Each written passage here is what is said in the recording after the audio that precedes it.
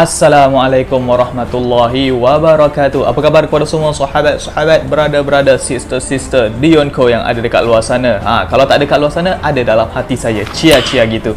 Alright. So, hari ni kita akan menceritakan berkenaan dengan seorang lelaki yang sangat-sangat dikenali, which is the top commander dalam kumpulan Mugiwara no Luffy, which is Roronoa Zoro. So macam dalam title aku ada ceritakan ataupun aku ada tunjuk, which is aku akan menceritakan berkenaan dengan sejauh mana kemampuan dan juga kekuatan Roronoa Zoro ini sepanjang daripada dia datang daripada East Blue, dia diperkenalkan di East Blue, lepas tu dia bergerak masuk ke dalam Grand Line, dalam Paradise, dan kemudian sampailah sekarang dia dalam New World dan sampailah ke Wano Kuni. So guys, kepada korang yang baru sampai ke channel aku, jangan lupa untuk tekan butang subscribe dan tekan bell notification supaya korang boleh dapat video daripada channel Dionco setiap kali kita orang upload. Dan jangan lupa juga untuk like and share our video kepada kawan-kawan korang, kepada sahabat-sahabat korang, kepada makcik-makcik korang, jiran-jiran korang, masyarakat-masyarakat korang semua, supaya diorang pun boleh sama-sama kembali ataupun meminati watak ataupun cerita One Piece ini kembali dengan menonton video-video dalam channel Dionco kita orang ini.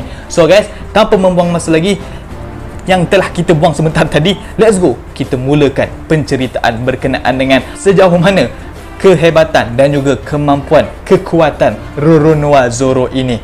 Let's go.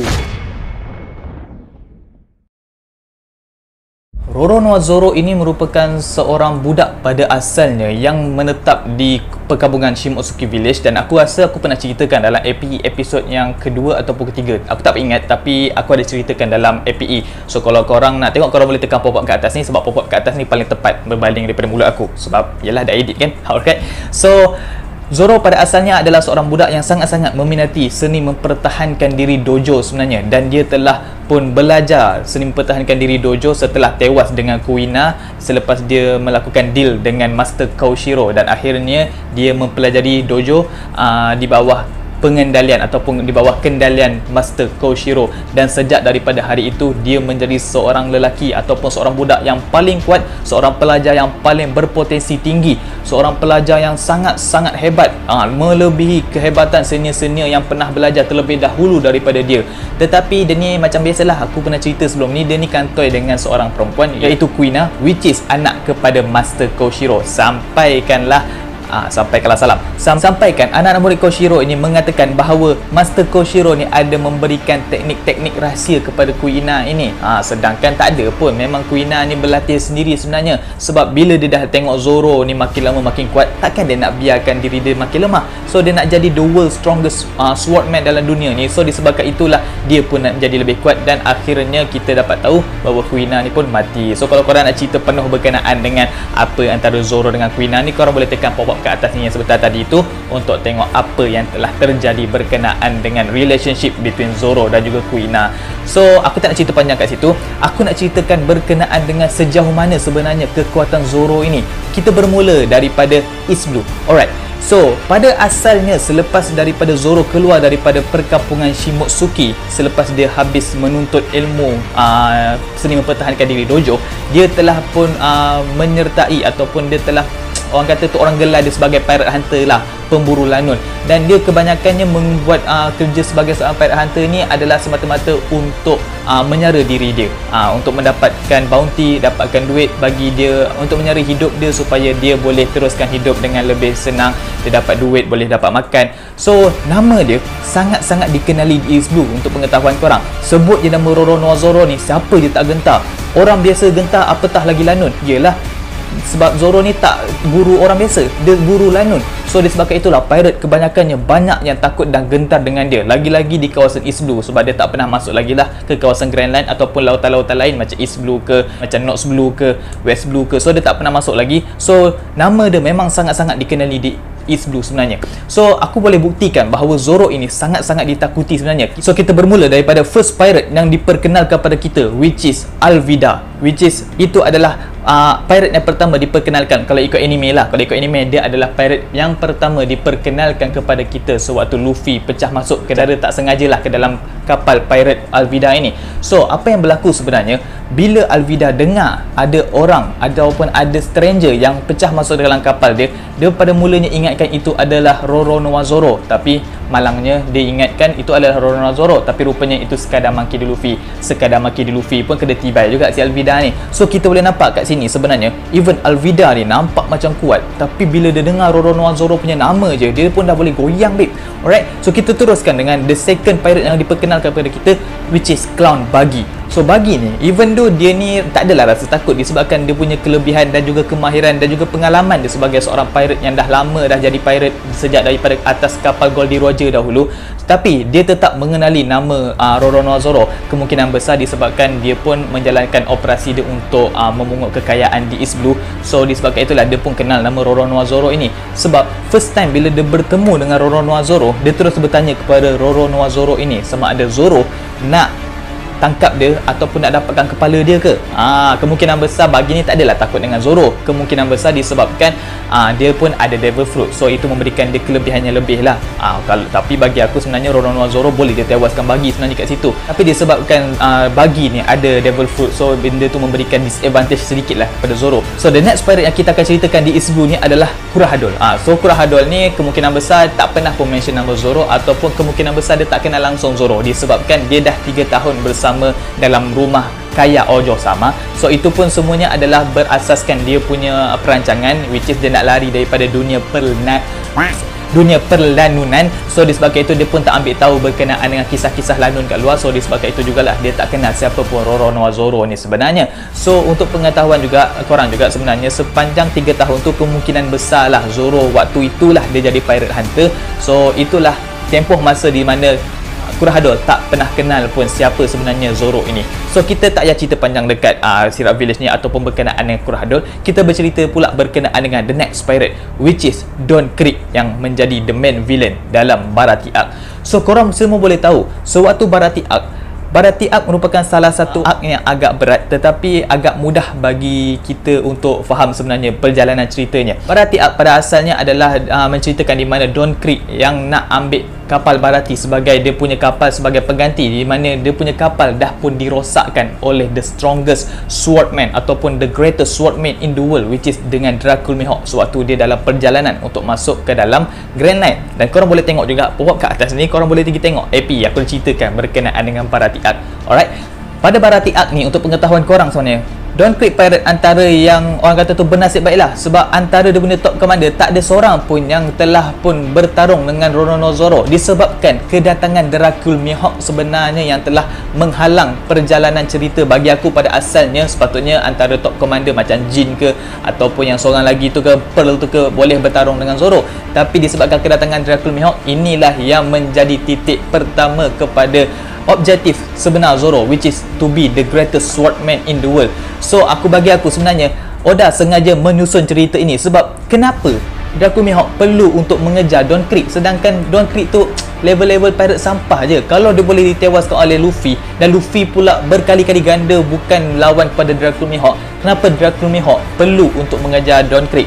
Dan aku pasti sebenarnya Eiichiro Oda sengaja menyusun penceritaan ini supaya lebih awal, supaya Zoro boleh bertemu dengan dia punya matlamat ataupun objektif dia, which is the strongest swordman in the world, iaitu Dracul Mihawk. So Dracul Mihawk telah datang pada Baratie Arc, dan pada waktu inilah kita dipertunjukkan oleh Oda bahawa Don Krieg pirate punya lanun, kumpulan lanun, kru dia termasuk Don Krieg sendiri pun kenal sebenarnya Roronoa Zoro. Nampak je 3 pedang yang dipegang oleh lelaki ini, diorang semua dah boleh agak, dia seorang dia pernah pegang 3 pedang sekali, which is Roronoa Zoro. Don Krieg pun tahu. So waktu inilah semuanya berhenti daripada berbuat apa-apa, melihat dan menonton saja pertembungan dan juga pertarungan antara Roronoa Zoro menentang Dracul Mihawk yang berakhir dengan kekalahan berpihak kepada Roronoa Zoro. So pada hemat aku sebenarnya pada kali ini Don Krieg antara yang bernasib baiklah. Kalau tidak Jin tu yang akan menjadi lawan pada Zoro bagi aku lah sebenarnya. Dan bagi aku Jin tu bukanlah sekuat mana pun, disebabkan Sanji pun dah teruk dah dibantai, ditempek-tempek, dihenyek-henyekkan oleh Pearl tu sebenarnya. Kalau tidak, jin tu senang je nak ditewaskan oleh Sanji. Tapi disebabkan dia pun punya tulang pun dah patah, rusuk dia dah patah, dihempap-hempap oleh kuali besar si Pearl tu. So disebabkan itulah Sanji pun tak dapat menewaskan jin sebenarnya. Tapi bagi aku, kalau Zoro tak bertembung dengan Draco Mihawk, aku rasa memang jin tu menjadi makanan je kepada Zoro sebenarnya. So pertembungan antara Zoro dan juga Draco Mihawk ini merupakan salah satu titik pertama kepada kemajuan diri Zoro sebenarnya, untuk memajukan diri dia, untuk memperkuatkan lagi diri dia menjadi seorang yang lebih kuat daripada yang dia sekarang. Sebab di akhir pertembungan dia dengan Draco Mihawk, dia sendiri berikrar dan bersumpah bahawa dia tak akan pernah kalah lagi selepas ini.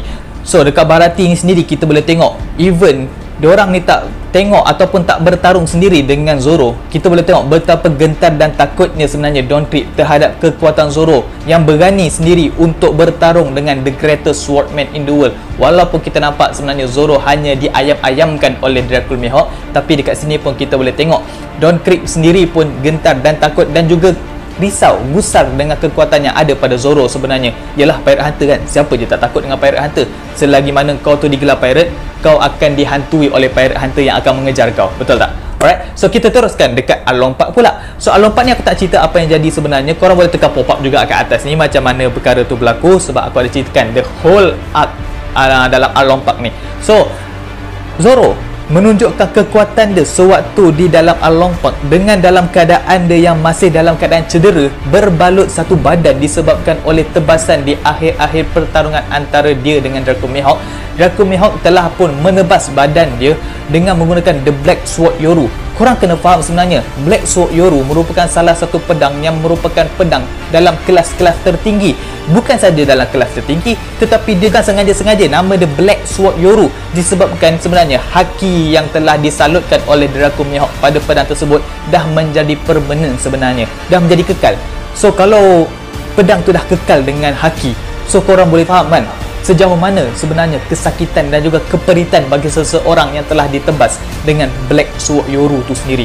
So sakit baik sebenarnya. Dan pertarungan antara Zoro menentang Hachi merupakan antara pertarungan yang bagi aku agak menyakitkan bagi Zoro sebenarnya. Yalah, kau bayangkanlah, entah beberapa hari ataupun dalam hari yang sama sebenarnya Bharati Arc dan juga Along Park ni sebenarnya, dan luka tu masih belum sembuh sepenuhnya untuk pengetahuan korang, dan baru saja dibalut. Tapi Zoro masih lagi mampu manage untuk menewaskan Hachi yang memegang 6 pedang sekaligus. Tapi Zoro masih lagi mampu untuk menewaskan Hachi. Selepas dia berjaya menewaskan Hachi pula, Zoro dengan berani je dia telah menawarkan diri dia untuk bertarung pula dengan Along. Kau gila kau, dalam keadaan sakit-sakit macam tu, dalam keadaan dia tahu dia tak mampu pun sebenarnya untuk menewaskan Along, disebabkan oleh matlamat kapten dia untuk mendapatkan Nami sebagai dia punya navigator dalam kapal Going Merry, dia sanggup untuk bertarung sendiri dengan Arlong. Dan dekat sini kita boleh tengok sejauh mana kesetiaan dan juga orang kata tu nekat seorang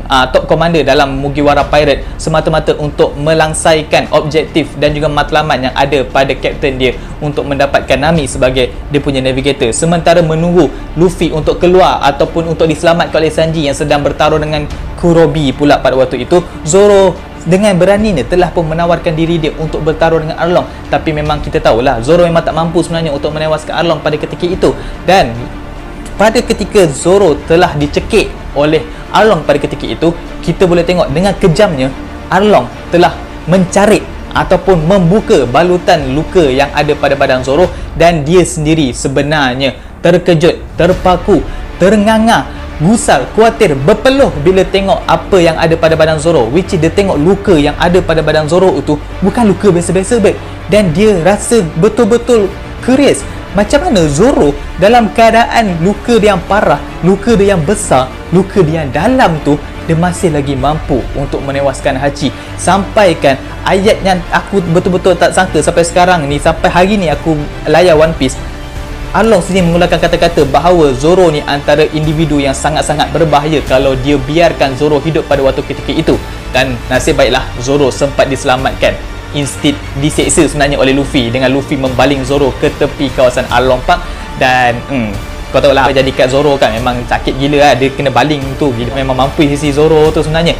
Dan korang boleh tengok, even though sebenarnya Zoro ini dengan nama dia sebagai Pirate Hunter, dia juga ditakuti dengan kemampuan dan juga kekuatan dia sendiri. Along telah membuktikan kepada kita bahawa Zoro bukan seorang lelaki yang boleh dibiarkan hidup sebenarnya, dan Zoro merupakan salah satu individu yang tak ada devil fruit. Dengan kekuatan hanya mampu menggunakan pedang saja, dia mampu untuk menakutkan mana-mana pirate sebenarnya. So guys, aku rasa sampai situ sajalah kita punya part 1 untuk video kita sejauh mana kekuatan Zoro pada kali ini. Secara konklusinya aku boleh katakan dekat East Blue, Zoro memang sangat-sangat ditakuti. Dengan namanya saja, Roronoa Zoro mampu untuk menakutkan mana-mana pirate yang ada di kawasan East Blue, seperti mana yang diceritakan oleh Kobe kepada Luffy pada pertama kalinya Luffy mendengar nama Roronoa Zoro. Dan kita tahulah Zoro ni terkenal dengan nama dia yang dengan dia punya personality pada asalnya seorang lelaki yang sangat-sangat dahagakan darah, pantang nampak pirate saja dia nak bunuh. So kita boleh tengoklah sejauh mana sebenarnya kemampuan Zoro sewaktu di East Blue. So kalau korang nak tahu apa sebenarnya kemampuan Zoro sewaktu di Grand Line dan juga sewaktu di New World, aku akan ceritakan pada part tu nanti. So thank you guys kepada korang yang dah layan video aku untuk kali ni. Korang memang awesome guys. So jumpa korang di the next video untuk part 2 ke sejauh mana kemampuan dan juga kekuatan Zoro. So see you guys in the next video. Salam daripada Dionko. Assalamualaikum warahmatullahi wabarakatuh.